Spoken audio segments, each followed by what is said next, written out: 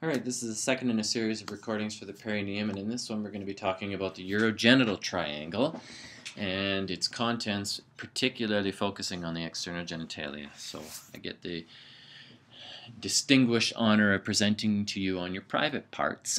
I hope you find it stimulating. Alright, urogenital triangle. Major components broken down into a superficial perineal pouch, which is where you'll find the external genitalia, and then the deep perineal pouch, which is where you're going to find this urogenital diaphragm, which I'll talk about what its components are. Neurovasculature I'll talk about in a different recording. Urogenital triangle boundaries, again, where you have that imaginary line connecting the two ischiotuberosities, and then you have the two ischiopubic rami extending anteriorly to the pubic symphysis. That's the urogenital triangle. So, breaking it down, superficial perineal pouch, again, which is primarily the external genitalia, as well as some muscles, but we'll talk about the external genitalia first. Females first. Starting from sort of the innermost component, you have the vestibule. And the vestibule is the opening of the vaginal orifice, and then also within that region you have the opening of the external urethra. Okay. At the anterior aspect of the vestibule you can see the glands of the clitoris. Okay. And then extending along the lateral margins of the vestibule is the labia minora. Okay. Labia minora is a thin fold of skin, sort of mucous membrane, non-keratinized epithelium. Okay. Lots of sensory endings for sexual stimulation. Just lateral to the labia minora is the labia majora on either side, and that's more of the thick keratinized skin that's protecting the opening of the vagina. Anteriorly, the mons pubis is where you'll find the pubic hair. Okay. So those are the major sort of external components you can see on inspection. Remove all of those and you get a little bit deeper into the tissues, and you can actually see the erectile tissues of the external genitalia for the female. If you look a couple slides down from this image, there's a sort of a verbal or a written description of all these different components of the erectile tissue. So first of all, in the female you have corpora cavernosa. And the corpora cavernosa start as crura, or legs, crura of the clitoris, which are running and attached to the two ischiopubic rami. And they're coming together anteriorly to merge as the glands of the clitoris. And the glands of the clitoris is where you're going to have lots of nerve endings, very responsive to sexual stimulation. So that's the corpora cavernosa. The other thing to note about the corpora cavernosa is that they actually get hard on sexual stimulation. The other erectile tissue in the female is called the bulb of the vestibule. And the bulb of the vestibule is just highlighted by the green arrows, and they are surrounding the vestibule, okay, or closely associated with the labia minora. Okay. It is erectile tissue, but it doesn't get very firm like the clitoris. Okay. So that's the erectile tissue. Those are the major components of the external genitalia for the female. Okay, so here again you can see all those different components of the clitoris and of the bulb of the vestibule. Alright, so in males, some of the major components, starting just with a superficial view, you have the root of the penis, which is right adjacent to the body wall. And extending outward is the body of the penis, and then the furthest most point is the glands of the penis. Right? And then at the tip of the glands of the penis is the opening of the external urethra. Surrounding the glands of the penis in uncircumcised males would be the foreskin or the prepuce. Okay? In circumcised males, the prepuce or the prepuce is removed so that the glands of the penis is exposed. Alright, going deeper now into the tissues, if you take a section through the penis, you will see this image here. Alright, So starting first, you have the skin. Just deep to the skin, you have a structure called the deep perineal fascia. And this deep perineal fascia contains a lot of the blood vessels and veins and all of the erectile tissues. Right? Now, the erectile tissues there's two major erectile tissues or groups of erectile tissues, and we'll start off first with the corpora cavernosa. There are there's two corpora cavernosa, and those are held together by the tunica albuginea. And the tunica albuginea is a deep, dense connective tissue that is going to contain the corpora cavernosa and support the rigidity of erection. Okay? The corpora cavernosa at the root are going to split to form two crura that run along the ischial-pubic rami, just like I talked about with the clitoris. The corpus spongiosum is outside of that tunica albuginea, but it's still surrounded by that deep perineal fascia. Okay? So it's contained within that, still within that deep fascia. It, just like the bulb of the vestibule, is more of a softer erectile tissue. So it does get firm, but not rigid like the corpora cavernosa does. At the base of the penis, it is called, the corpus spongiosum is called the bulb of the penis, or the bulb of the corpus spongiosum, and at the tip, the corpus spongiosum actually forms the glands of the penis. All right. So looking at it from a different perspective, you can see, first of all, the figure more toward the left and higher up, you can see the deep fascia of the penis is highlighted. So that's that deep perineal fascia that contains both the corpus spongiosum and the corpora cavernosa. What you can also see once you remove that is that, highlighted more by the red, is the corpus spongiosum, which is the bulb of the penis at the base and forms the glands of the penis at the tip. That can actually be separated from the corpus spongiosum,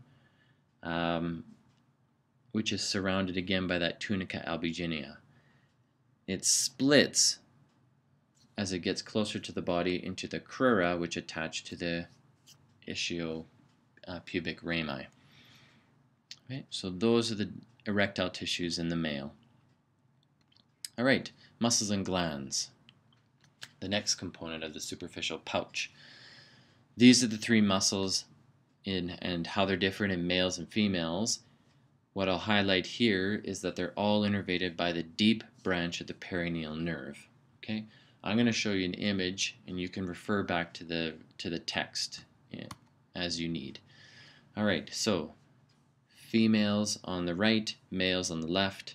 Ischiocavernosus is a muscle that's covering the crura of the corpora cavernosa. Okay? So it's attached to the ischial-pubic ramus on each side. The bulbospongiosus in blue, in males, it's just going to merge in the midline, whereas in females, because of the opening of the vagina, it is going to stay as two separate muscles on either side. It covers the bulb of the corpus spongiosum in males, and it covers the bulb of the vestibule in females. And then the final muscle is the superficial transverse perineal muscle, okay, which is just at the right at that junction between the urogenital triangle and the anal triangle. All right, so again, top figure is highlighting the muscles, the bottom is highlighting the glands. Particularly, here we're focusing on the females. The greater vestibular gland is a gland that's sort of embedded at the posterior aspect of the bulb of the vestibule, and it secretes fluid or mucus into the vestibule, particularly with sexual arousal. All right, so that's really the key gland. There's also the periurethral gland, which also secretes mucus into the opening of the urethra. All right, so next, the deep perineal pouch. The deep perineal pouch, the major structure is the urogenital diaphragm. And the urogenital diaphragm is just that region that's separating the superficial pouch, which is really the external genitalia, from the deep pouch, which is just almost like a potential space that leads up toward the internal genitalia. Okay? So the urogenital diaphragm is made up of really two major components. Number one is the perineal membrane, which we'll talk about here, and as well, the urogenital diaphragm is made up of some muscles. Okay, so the perineal membrane is just a thick, dense connective tissue fascia that runs from one issue pubic ramus to the other. All right? So if you look at this diagram here, you can see this connective tissue fascia running directly across from one issue pubic ramus to the other, deep to all of the deep to the superficial pouch, deep to the external genitalia. In males, you can see that the urethra is passing through it. In females, the urethra and the vagina is passing through this that perineal membrane. All right. If you remove the perineal membrane, you can see a number of other. You can see the muscles that are part of this urogenital diaphragm. So they're deep to the perineal membrane. So if you look at this diagram here, for example, you can see the perineal membrane at the top diagram. You remove that perineal membrane and you can see the muscles now. So the major muscle is the sphincter urethrae, or the external urethral sphincter, which is sort of a really complex muscle that surrounds the urethra and contributes to, or controls urination. Voluntary control of urination. Okay, the green line is representing that separation between the urethral sphincter muscles and the deep transverse perineal muscle, which is just like the superficial transverse muscle, but it's deep to that perineal membrane. And then the bottom figure is taking sort of a coronal slice through the prostate and the bladder, so that you can get sort of a frontal view of the urogenital diaphragm, where you can see the perineal membrane just above the external genitalia. You can see the urethra passing through that urogenital diaphragm.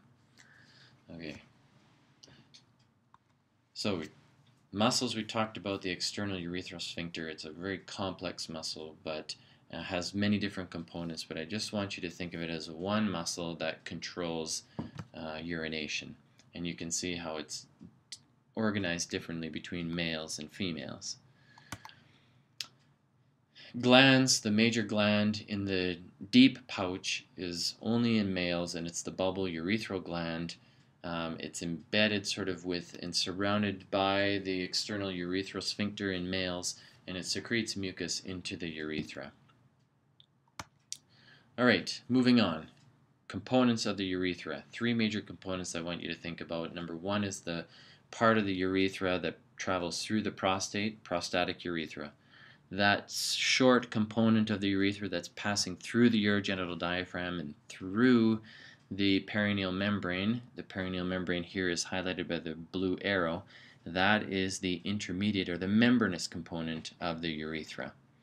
And then finally, once it enters into the spongy urethra, the corpus spongiosum, it is the spongy urethra. Okay? And then it opens ultimately in the glands of the penis as the external urethral opening.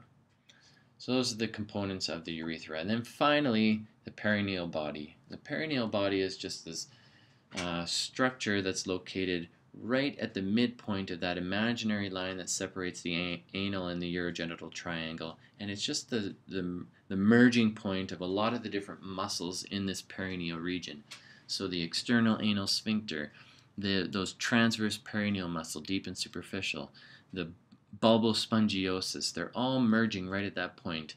As well, the perineal membrane, which is just deep to these muscles, is also anchoring there, and it provides a nice support, that final support of all the pelvic viscera of the pelvis and the perineal structures in the perineal region. So that's the overview of the urogenital triangle and all of its major components.